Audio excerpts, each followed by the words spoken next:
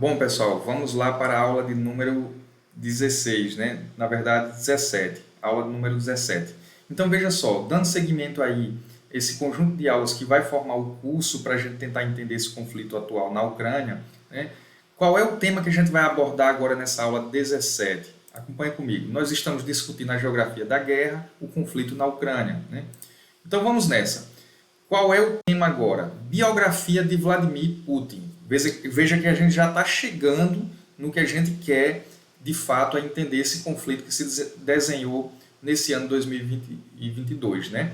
Agora a gente começa a discutir quem foi Vladimir Putin, quem é Vladimir Putin, o presidente da Rússia. Né? Biografia, quem é Vladimir Putin? Quem é esse indivíduo? Quem é esse cidadão? Né? Vamos lá, vamos tentar buscar a história, a biografia dele. Nasceu no dia 7 de outubro de 1952, em São Petersburgo, segunda maior cidade da Rússia, chamada de Leningrado na época. Né? Leningrado em homenagem a Lenin, que foi o grande líder da Revolução Bolchevique, em outubro de 1917, como a gente já assistiu em outras aulas. Né? Filho de Vladimir Spiridonovich Putin e Maria Ivanovna Chelomova, tinha dois irmãos mais velhos, que faleceram ainda crianças. Seu avô era um conceituado chefe de cozinha que servia grandes autoridades como Lenin e Stalin. Sua família vivia em condições simples e humildes. Em 1966, ingressou em um instituto técnico e estudou química até 1970. Ingressou em Direito na Universidade Estadual de Leningrado, concluída em 1975. Durante a época universitária, se integrou ao Partido Comunista. Então, veja, ainda em 1975, durante o período ainda da Guerra Fria. Durante 16 anos foi agente secreto da KGB, a Komitet Gosudarstvenного Bezopastoni, né? O Comitê de Segurança do Estado, né? Que é uma agência secreta de espionagem que funcionou durante todo o período da Guerra Fria. Né? De um lado você tinha Estados Unidos com a CIA, né? Ou a NSA, e do outro você tinha aqui na Rússia, pelo lado da União Soviética, a KGB. Se especializou em contra-inteligência e inteligência estrangeira e aprendeu alemão. Em 1983, casou-se com Lyudmila Cherebneva. Ludmila Cherebneva. Tiveram duas filhas e a união duraria por 30 anos.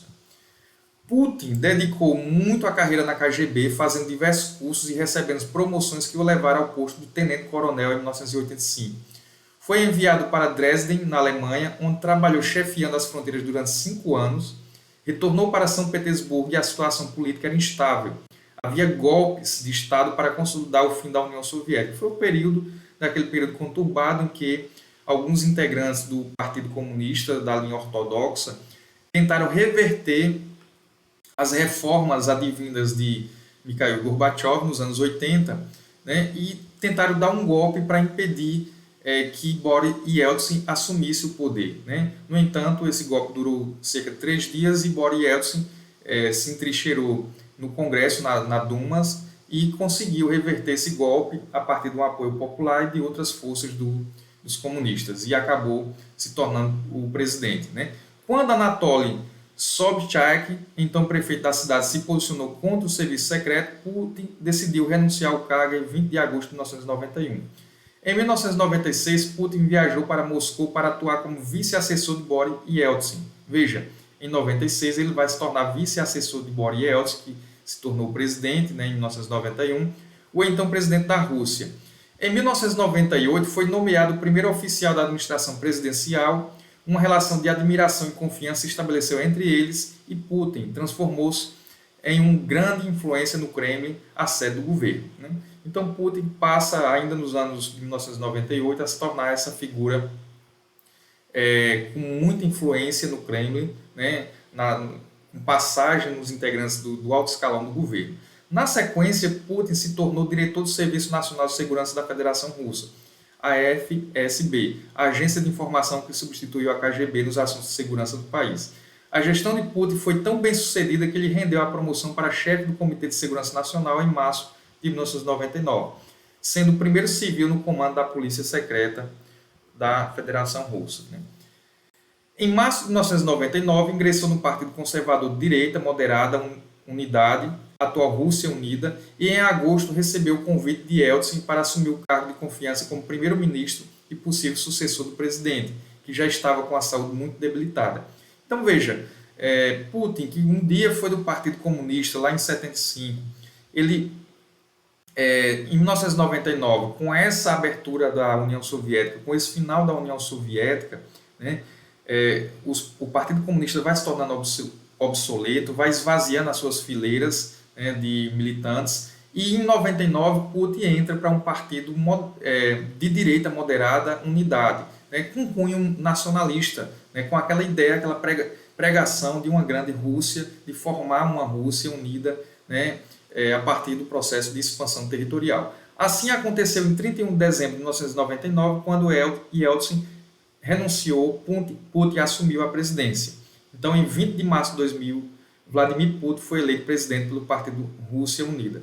Seu primeiro mandato trouxe crescimento econômico e recuperação geopolítica, conseguindo reposicionar o país em uma posição de destaque no cenário internacional. Em 2008, a legislação russa impedia a reeleição, por isso que Putin foi indicado para primeiro-ministro quando seu aliado Dmitry Medvedev foi eleito presidente em 2008. Então veja, Putin foi eleito em 2000, governou durante 8 anos. Em 2008, como ele era impedido de se reeleger por conta da Constituição, então ele passa a ser o primeiro-ministro de Dmitry Medvedev, né? Já em 2012 e 2018, Putin disputou as eleições presidenciais e venceu. Já em 2020, ele aprovou uma reforma que permitiu sua permanência no poder por até 4 mandatos. Ou seja, na prática, o político pode governar até 2036. Né? Então, veja, em sua gestão equilibrou a economia fazendo acordos estratégicos para a comercialização de petróleo e gás e recursos abundantes no país. Também instaurou reformas nas legislações trabalhistas, administrativa, criminal, comercial e civil, supervisionou e promoveu o programa de proteção para animais raros ou em perigo. As pesquisas de opinião pública apontavam Putin com alta popularidade e índice de aprovação. O presidente é católico, ortodoxo devoto, praticante de artes marciais, toca piano e é fã dos Beatles. Então, é uma figura enigmática, é uma pessoa culta, né, que aprecia a arte, a cultura, né, e é essa figura que tem um viés nacionalista muito grande, está em um partido de direita moderada, de cunho nacionalista, e que prega essa grande Rússia, né? Essa formação de uma perspectiva de solidariedade dos povos, né, da antiga União Soviética. Ele almeja, né, resgatar o que a União Soviética foi durante o período da Guerra Fria, com um território de mais de 22 milhões de quilômetros quadrados. Então, hoje a Rússia é o maior país do mundo, com mais de 17 milhões de quilômetros quadrados, e passa por essa fase aí expansionista como um grande império naquele lado do Oriente, certo, pessoal? Disputando com o império aqui do Ocidente, que é os Estados Unidos. Aqui nós temos, ao longo do seu governo, Putin demonstrou suas intenções de reposicionar a Rússia como uma das potências internacionais. Olha o que eu estava falando. Uma das grandes preocupações de Putin no que se refere à política externa era o avanço da influência do Ocidente sobre o leste europeu e sobre os outros países que formavam a União Soviética. O Oriente Médio também foi um foco de tensão, uma vez que o político não concordava com a postura norte-americana no Irã, nem com a invasão do Iraque lá em 2003, né, como a gente já discutiu. Aqui Putin, ainda jovem, né, adolescente, Putin jovem no serviço secreto, na KGB, e Putin hoje presidente, né? Outro ponto de atenção para a política externa era a expansão da OTAN pelo leste europeu. Está aí a grande marca, talvez uma das grandes explicações desse conflito, dessa doutrina Putin, que a gente vai discutir depois, que é justamente as guerras preventivas, você ocupar a Ucrânia antes de ser ocupado pela OTAN, né? Talvez o grande clima de tensão que fez com que ocorresse essa invasão tenha sido essa expansão da OTAN pelo leste europeu. A Organização do Tratado do Atlântico Norte é uma aliança militar que reúne cerca de 30 países.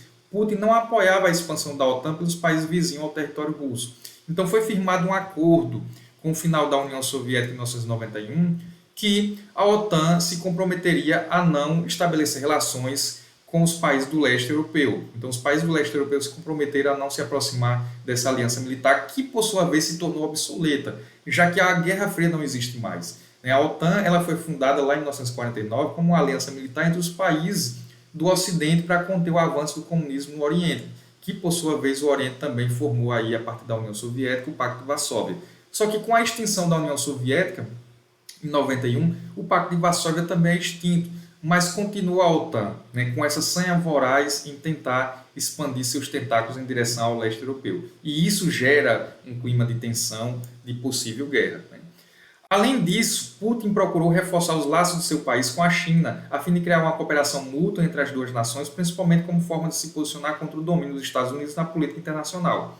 Em seu segundo mandato, a política externa de Vladimir Putin tornou-se mais agressiva e uma série de ações mais enérgicas foram realizadas. O político autorizou que a Rússia intervisse na guerra civil da Síria, conflito em andamento desde 2011, com o objetivo de socorrer Bashar al-Assad, ditador sírio que estava à beira da derrota. Né? E aí, pessoal, é isso o que eu tinha para falar para vocês sobre Vladimir Putin. É isso, a gente depois vai discutir a biografia de Zelensky, que é o presidente da Ucrânia, em outras aulas, certo, pessoal? Até mais, tchau, tchau.